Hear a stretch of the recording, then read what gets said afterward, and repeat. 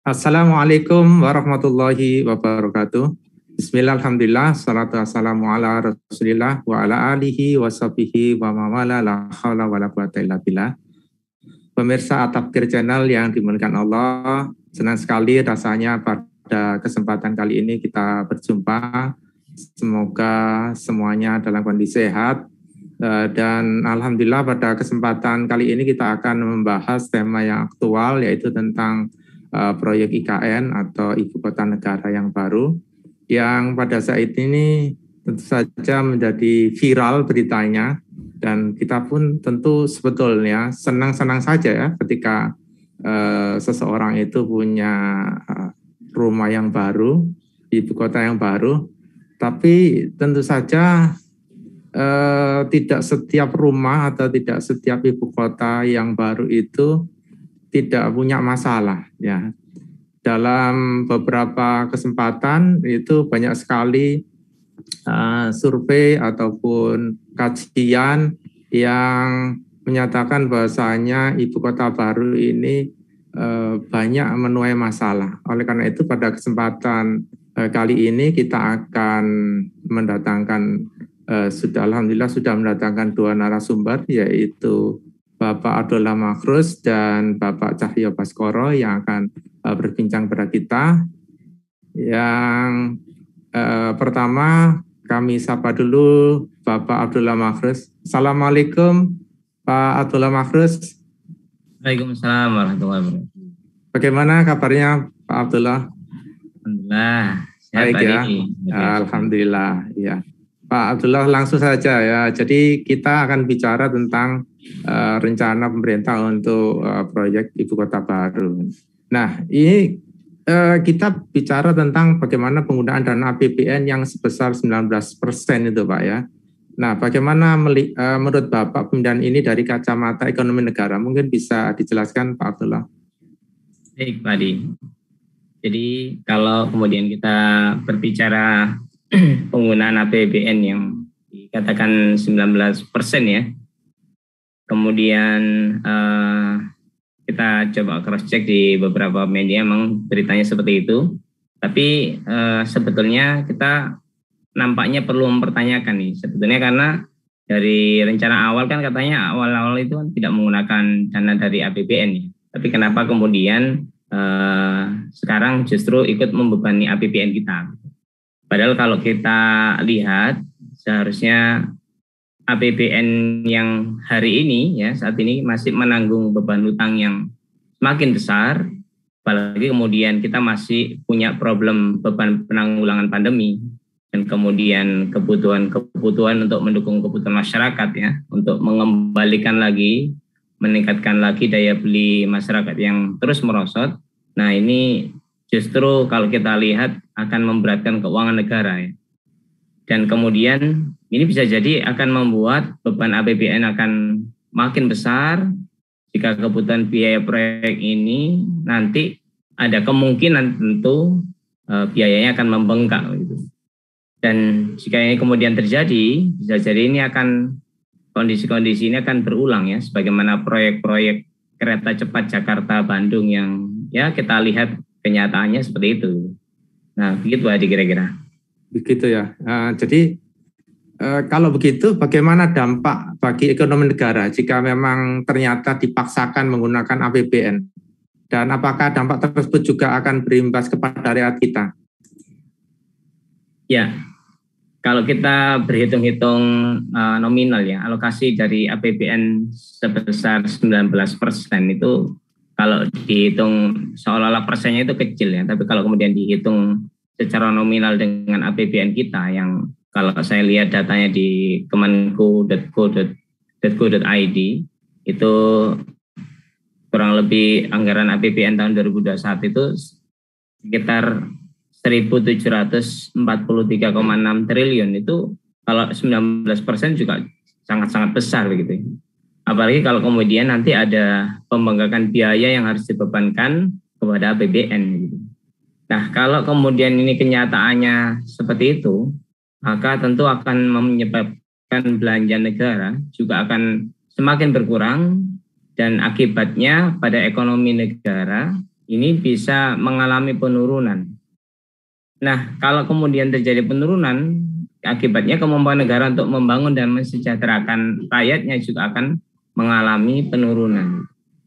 Nah, yang kita lihat juga tadi, kalau kita amati bahwa kondisi APBN kita yang saat ini yang terus tertekan, bisa mendorong pungutan pajak akan terus dinaikkan ya.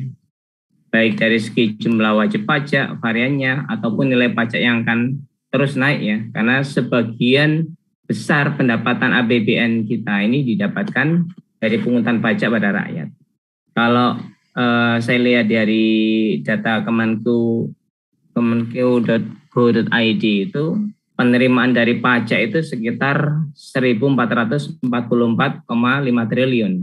Sedangkan penerimaan negara dari bukan pajak itu sebesar 298,2 triliun. Jadi hampir sebagian besar itu pendapatan kita ini dari pajak. Kalau kemudian ini terjadi ya, maka kita siap-siap saja semua barang-barang kebutuhan kita untuk siap-siap terus naik ya, karena pajak, apalagi pajak-pajak yang lain yang akan sama-sama ikut naik juga begitu.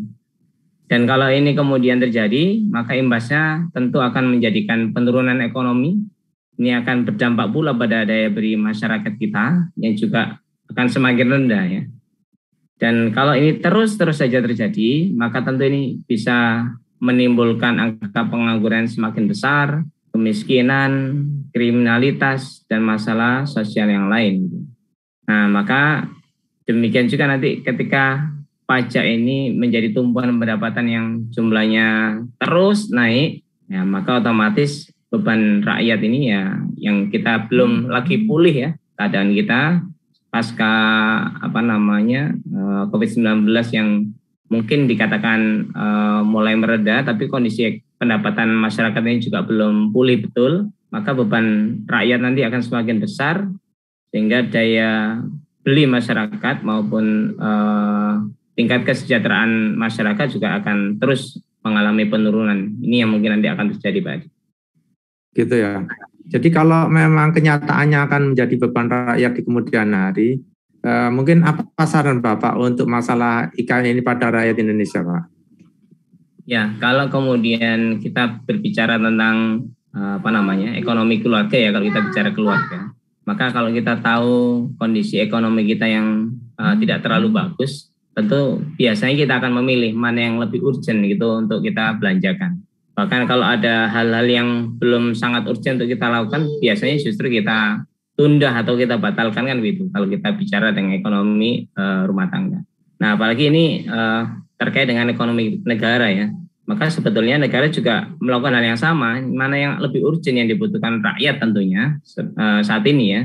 Karena memang keberadaan negara ini ya ini yang ditunggu oleh rakyat. Peran negara ini apa buat rakyat yang kemudian mengamanahkan ya kepercayaannya kepada negara saat itu. Nah, maka karena itu penanggulangan pandemi dan pemulihan kemampuan ekonomi rakyat ini justru yang harus menjadi prioritas utama ya bagi negara kita gitu. Oleh karena itu kalau menurut hemat saya proyek IKN ini justru harusnya dibatalkan dulu karena potensinya buruk bagi perekonomian negara dan tentu juga kita lihat buruk juga untuk kesejahteraan masyarakat kita saat ini.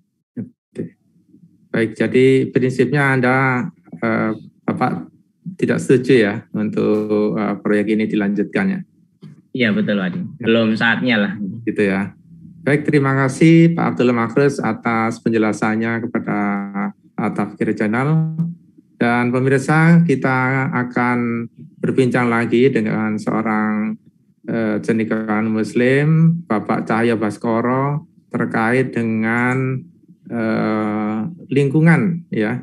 Jadi kita sapa dulu beliau, Pak Cahya Baskoro. Assalamualaikum Pak Cahya. Waalaikumsalam warahmatullahi wabarakatuh.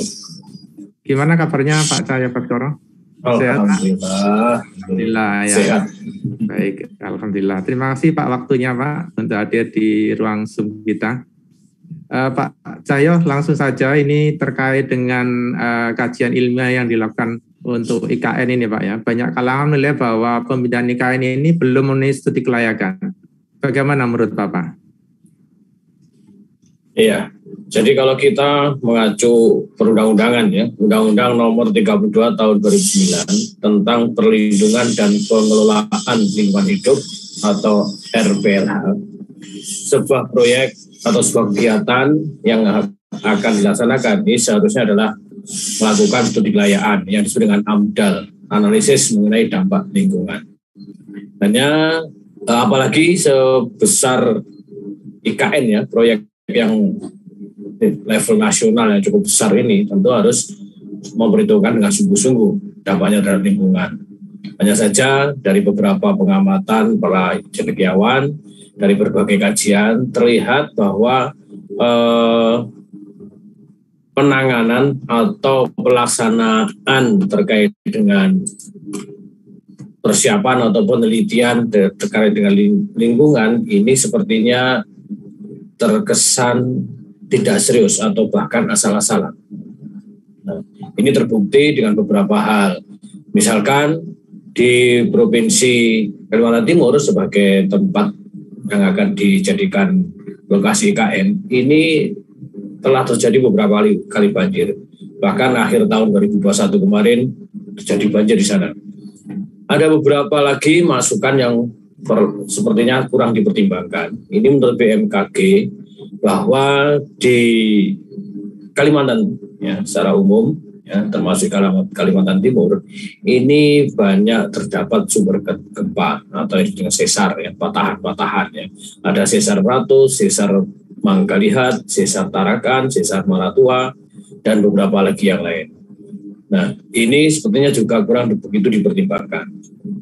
Nah, di sisi lain lebih detail lagi dari kajian lingkungan hidup strategis KHLS ya. Mereka menyebutkan ada beberapa masalah ya, kurang lebih ada 4 ini masalah yang sangat mungkin menimbulkan pengembangan ini kurang berhasil, yaitu suplai air baku yang terbatas. Kemudian yang kedua, wilayah ibu kota negara dan sekitarnya ini merupakan habitat dari beberapa spesies kunci. Kemudian adanya 19 lubang tambang yang merupakan penanganan lebih lanjut. Nah, dan juga memiliki ecological footprint atau jejak ekologi yang tinggi. Artinya bahwa Kalimantan sebagai mana kita tahu itu merupakan ya, daya dukung yang tinggi bagi lingkungan. Ya, jejak ekologi itu artinya adalah kemampuan suatu lingkungan untuk mendukung kebutuhan manusia. Nah, Kalimantan termasuk tinggi.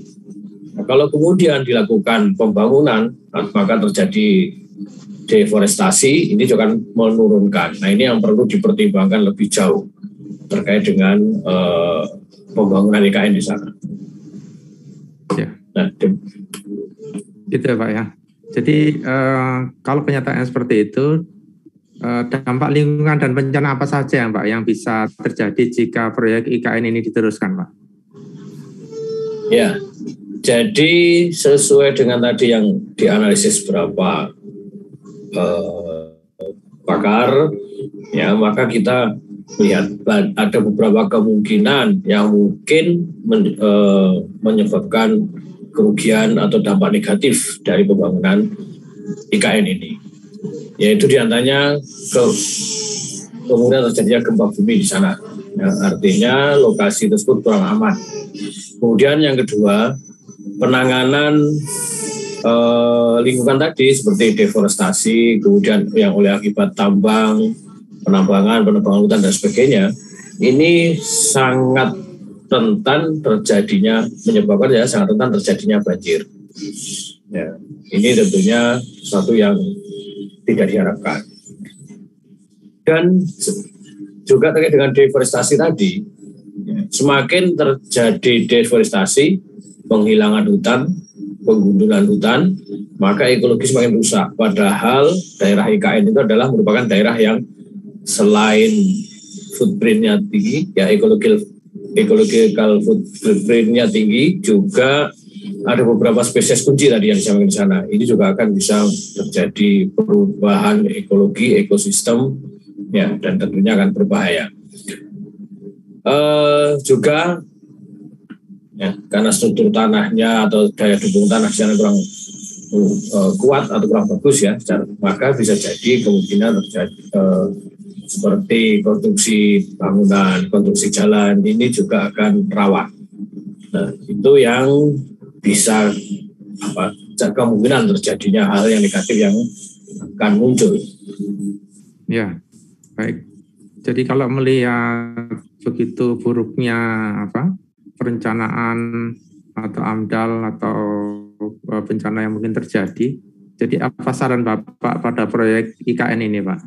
Ya, memang dilihat dari persiapannya yang terkesan asal-asalan, kemudian dampaknya atau dampak negatifnya yang cukup banyak, maka saran kami adalah mega proyek IKN ini jangan diteruskan terlebih dahulu. Ya. Jadi bisa dikatakan dibatalkan untuk saat ini karena persiapan ataupun kajian-kajian lingkungan dan sebagainya ini belum sempurna, ya, dan sangat riskan. Itu yang bisa saya sampaikan. Ya, baik. Jadi sama dengan Pak Abdullah Makhrus tadi ya, Pak Cahyo masih belum setuju juga dengan IKN-nya. Baik, oke, ya. Baik, terima kasih Pak Abdullah Makhrus, Pak Cahyo Baskoro atas waktunya bersama kami di At-Tabligh Channel. Dan pemirsa, alhamdulillah perbincangan kita tentang IKN dan bagaimana dilihat dari segi ekonomi negara, beban rakyat, dan dari segi lingkungan telah kita dengarkan bersama bahwa dampaknya sangat buruk, dan kedua pembicara tadi menyampaikan ketidaksetujuannya bahwa proyek ini untuk diteruskan. Demikian dari kami, kurang lebihnya mohon maaf. Bila taufiq wal hidayah. Assalamualaikum warahmatullahi wabarakatuh. Waalaikumsalam warahmatullahi wabarakatuh.